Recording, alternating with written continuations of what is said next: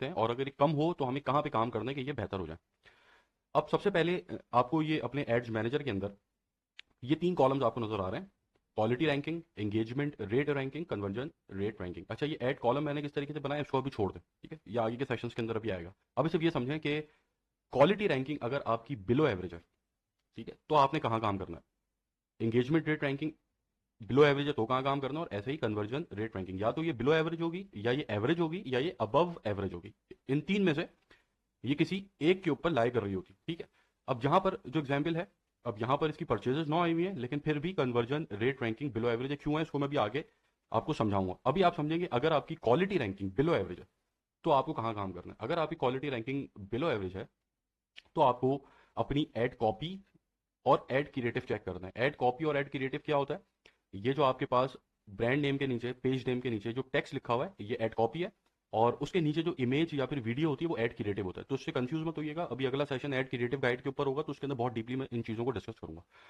तो आपने वर्किंग करनी है अपनी एड कॉपी के ऊपर और एड क्रिएटिव के ऊपर। इसको आपने चेक करना है कि यहाँ कहीं आप कोई गलती तो नहीं कर रहे, जो ऊपर चीज़ें मैंने एक्सप्लेन की कहीं वहाँ आपसे कोई मिस्टेक तो नहीं हो रही कि जिसकी वजह से आपकी जो क्वालिटी रैंकिंग है वो बिलो एवरेज आ रही है, ठीक है।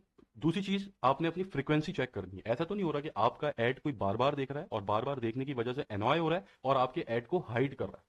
अगर मैं इस ऐड को हाइड करूंगा तो फेसबुक के पास क्या सिग्नल जाएगा कि शायद ये ऐड जो है अच्छा ऐड नहीं है, इससे यूजर एक्सपीरियंस अच्छा नहीं बन पा रहा है, जिसकी वजह से जो यूजर है, फेसबुक यूजर है मेरा, उसने इसके ऐड को हाइड किया है। तो ये एक सिग्नल देता है फेसबुक को कि जिसकी वजह से आपकी ऐड क्वालिटी गिरती है। तो आपने फ्रीक्वेंसी भी चेक करनी है कि यहाँ पर ये आपको फ्रीक्वेंसी का कॉलम नजर आ रहा है। फ्रीक्वेंसी क्या होती है कि कितनी दफा एक फेसबुक यूजर की न्यूज फीड के ऊपर आपका ऐड जा रहा है। अगर फ्रीक्वेंसी 1 है तो उसका मतलब है कि एक दफा गया है। फ्रीक्वेंसी 2 है, इसका मतलब है कि ऐड एक यूजर की न्यूज फीड के ऊपर वो ऐड 2 दफा जा चुका है। इसको आप ऐसे समझें। तो आपकी फ्रीक्वेंसी 2 से कम होनी चाहिए, लेकिन ये 2 से कम हर केस के अंदर अच्छी नहीं होती। इसके भी डिफरेंट केसेस होते हैं जो मैं आगे आपको समझाऊंगा कि कब आपकी हाई फ्रीक्वेंसी आपके लिए काम कर रही होती है और आपको काम करके दे रही होती है। ये चीज़ें भी आगे आएंगी। तो आपने अपनी फ्रीक्वेंसी चेक करनी है कि ऐसा तो नहीं कि आपका बार बार कोई ऐड देके एनवाय हो गया और उसने आपका ऐड हाइड कर दिया, ठीक है। तीसरी चीज़ आपकी वेबसाइट का बाउंस रेट, ठीक है, कि ऐसा तो नहीं कि आपके लिंक के ऊपर कोई क्लिक कर रहा है और आपकी वेबसाइट पे लैंड होके फौरन वहां से बाहर आ रहा है। कहीं आपके फनल के अंदर तो कोई मसला नहीं है, कहीं आपकी वेबसाइट का लोड टाइम तो कहीं बहुत ज़्यादा नहीं है कि वो फिर डिफरेंट पेजेस ऐसे लोड हो रहे हैं कि वो जो एनवाय के बाहर निकल रहा है, ठीक है। तो इन चीज़ों को भी आपने देखना है कि आपकी क्वालिटी रैंकिंग ये चीज़ें गिरा सकती हैं, ठीक है। अच्छा, इसके अंदर आपका जो बाउंस रेट होता है वेबसाइट का, ये जब हम लैंडिंग पेज ऑप्टिमाइजेशन के ऊपर आएंगे तो उसके अंदर ये चीज़ें आगे सेल्स फनल के टॉपिक के अंदर मैं कवर करूंगा, सही है। तो जब आपकी क्वालिटी रैंकिंग बिलो एवरेज है तो आपने इन 3 चीज़ों के ऊपर ध्यान देना है कि यहाँ कोई आपसे मिस्टेक ना हो रही हो। उसके बाद अगर आपकी एंगेजमेंट रेट रैंकिंग एवरेज है तो ठीक है। अगर बिलो एवरेज है ये, तो फिर आप कहाँ काम करेंगे, ऑडियंस की रेलेवेंस चेक करेंगे और फिर दोबारा अपनी एड कॉपी और एड क्रिएटिव देखेंगे।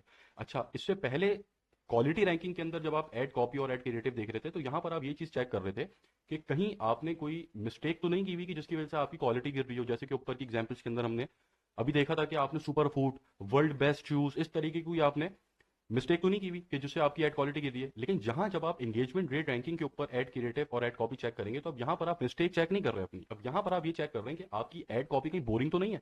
कहीं ऐसा तो नहीं कि आपने बहुत लंबी एड कॉपी लिख दी कि जो फेसबुक यूजर को एनॉय कर रही है, क्योंकि एड कॉपी तो शुरू की 2-3 लाइनें ही हर कोई पढ़ता है, उसके आगे कोई भी नहीं पढ़ता पूरी एड कॉपी, ठीक है। तो आपने ये चेक करना है कि आपकी एड कॉपी, एड क्रिएटिव कहीं बोरिंग तो नहीं है, क्योंकि आपका एड कॉपी और आपकी एड क्रिएटिव बहुत अपीलिंग होना चाहिए कि जब वो न्यूज फीड के ऊपर फेसबुक यूजर के आए तो वो एनकरेज हो कि मैं इसके कॉल टू एक्शन पे क्लिक करूं।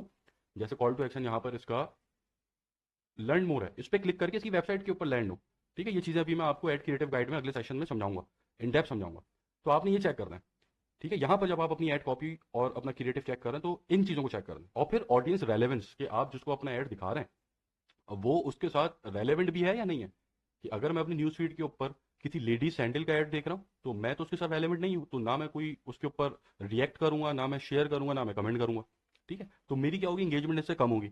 या फिर कोई एक ऐसी प्रोडक्ट है कि जो सही आपने अपने टारगेटेड ऑडियंस तक नहीं आप लेके जा रहे। फॉर एग्जाम्पल कोई ऐसी प्रोडक्ट है जो लड़के यूज करते हैं, नौजवान लड़के यूज करते हैं, ठीक है, और वो आप दिखा रहे हैं 50 साल 55 साल वालों को, ठीक है। तो वो प्रोडक्ट उनसे रिलेट नहीं कर रही, तो इसलिए वो उसके साथ आपके ऐड के साथ इंगेज नहीं हो रहे। तो इसलिए हो सकता है कि आपकी इंगेजमेंट रेट रैंकिंग गिर रही हो, ठीक है, तो आपने जब आपकी एंगेजमेंट रेट रैंकिंग इस कॉलम के अंदर बिलो एवरेज अगर आपको नजर आए तो इट मीन्स कि आप अपनी ऑडियंस रेलेवेंस चेक करें, अपनी टारगेटिंग चेक करें और अपना एड कॉपी और क्रिएटिव चेक करें उस तरह जिस तरह भी मैंने बताया।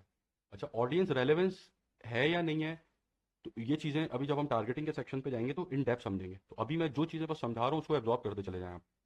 उसके बाद आपने कन्वर्जन रेट रैंकिंग देखनी है कि ये क्या है, एवरेज है, सही है, अबव एवरेज है, बहुत अच्छी बात है, बिलो एवरेज है तो फिर हमें कहाँ काम करना है। अगर आपकी conversion rate ranking below average है तो आपने अपने लैंडिंग पेज ऑप्टिमाइजेशन चेक करनी है अपनी, कि आपका लैंडिंग पेज ऑप्टिमाइज्ड है। ऐसा तो नहीं कि आपकी प्रोडक्ट बहुत अच्छी है लेकिन आपका सेल्स फनल खराब है। अगर आपका सेल्स फनल खराब है और आपकी प्रोडक्ट बहुत अच्छी है तो वो तो कन्वर्जन रेट आपका गिराएगी। ऐसा तो नहीं है आपकी वेबसाइट का लोड टाइम बहुत ज़्यादा है, ऐसा तो नहीं कि एक फेसबुक यूजर जब आपकी वेबसाइट के ऊपर जा रहा है तो कंफ्यूज हो रहा है वो कि उसको ये बाय करना चाहिए नहीं बाय करना चाहिए। तो लैंडिंग पेज ऑप्टिमाइजेशन हम किस तरीके से देखते हैं, चेक करते हैं ये इंशाल्लाह आगे के सेशंस के अंदर हम इसको भी इन डेप्थ समझेंगे। और फिर इसके अंदर दूसरी चीज आपने चेक करनी है टारगेटिंग, कि आप कहीं गलत ऑडियंस को टारगेट तो नहीं कर रहे। ठीक है, इसके अंदर जैसे एंगेजमेंट रेट रैंकिंग के अंदर ऑडियंस रेलेवेंस थी, ऐसे ही इसके अंदर आपकी टारगेटिंग के अंदर तो कोई इशू नहीं है कि आपको फॉर एग्जाम्पल आप कोई एक ऐसी चीज़ बेच रहे हैं कि जो फेसबुक यूज़र आपका ऐड देख रहा है वो उसके अंदर इंटरेस्टेड ही नहीं है।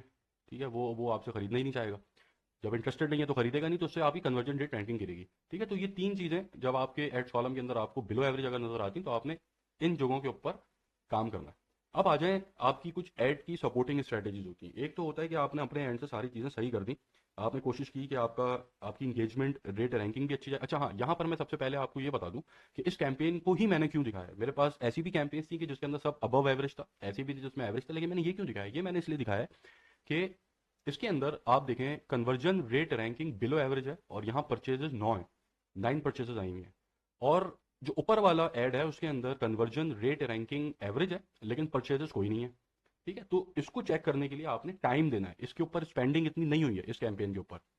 आपने स्पेंडिंग होगी, आप इसको एटलीस्ट 7 डेज का टाइम देंगे, उसके बाद जो आपको रिजल्ट मिलेगा वो एक्यूरेट होगा। जो स्टार्टिंग के रिजल्ट होते हैं 2-3 दिन बाद के, वो इतने एक्यूरेट नहीं आते।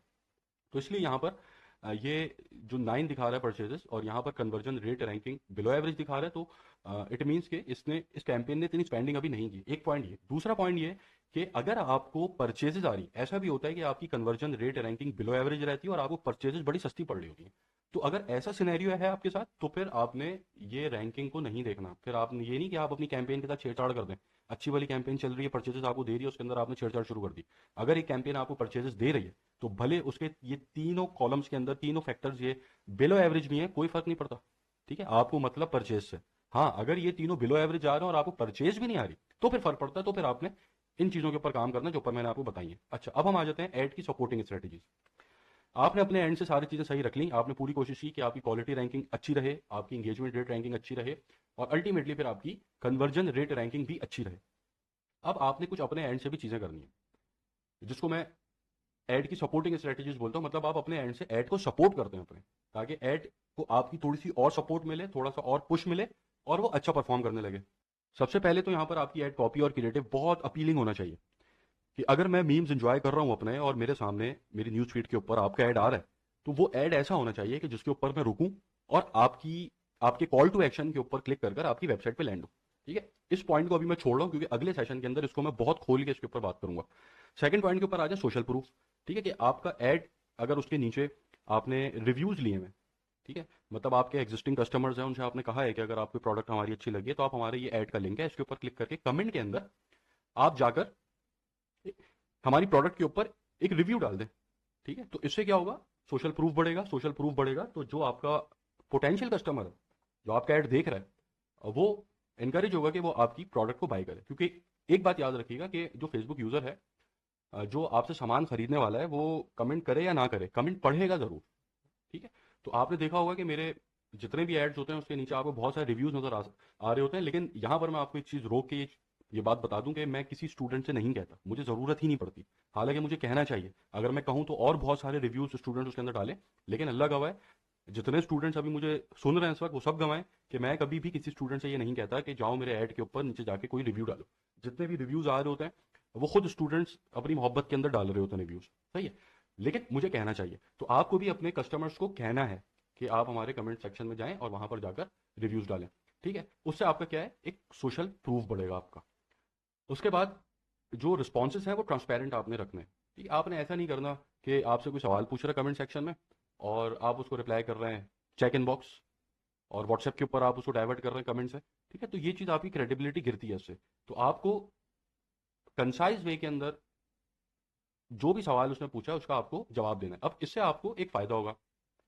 फ़ायदा क्या होगा कि जब आपने डिफरेंट सवालों के लोगों के आंसर्स दिए हुए होंगे कमेंट सेक्शन में, तो जो पोटेंशियल बायर है, जो फेसबुक यूज़र चाहता है कि वो आपसे खरीदे सामान, तो वो जब कमेंट सेक्शन में आके कमेंट्स पढ़ेगा तो एक तो सबसे पहले एक फ़ायदा ये होगा कि वो आपके ऐड के साथ इंगेज होगा। ठीक है, आपके ऐड के साथ इंगेज होगा क्यों? क्योंकि वो आपकी पोस्ट के ऊपर, वो सॉरी, आपके ऐड के ऊपर टाइम लगा रहा है, और फेसबुक इस चीज़ को बहुत वैल्यू देता है। उसके प्लेटफॉर्म के ऊपर अगर कुछ ऐसी चीज़ें हैं कि जिसके ऊपर लोग टाइम लगा रहे हैं, अपना टाइम उसको दे रहे हैं, उसके ऊपर रुक रहे हैं, उसको देख रहे हैं, तो इस चीज़ को फेसबुक बहुत वैल्यू देता है।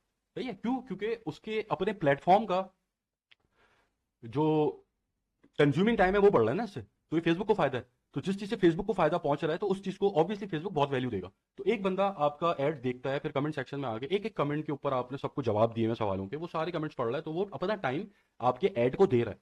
तो अगर वो अपना टाइम आपके ऐड को दे रहा है, इससे आपकी इंगेजमेंट रेट रैंकिंग बढ़ेगी और क्वालिटी रैंकिंग बढ़ेगी।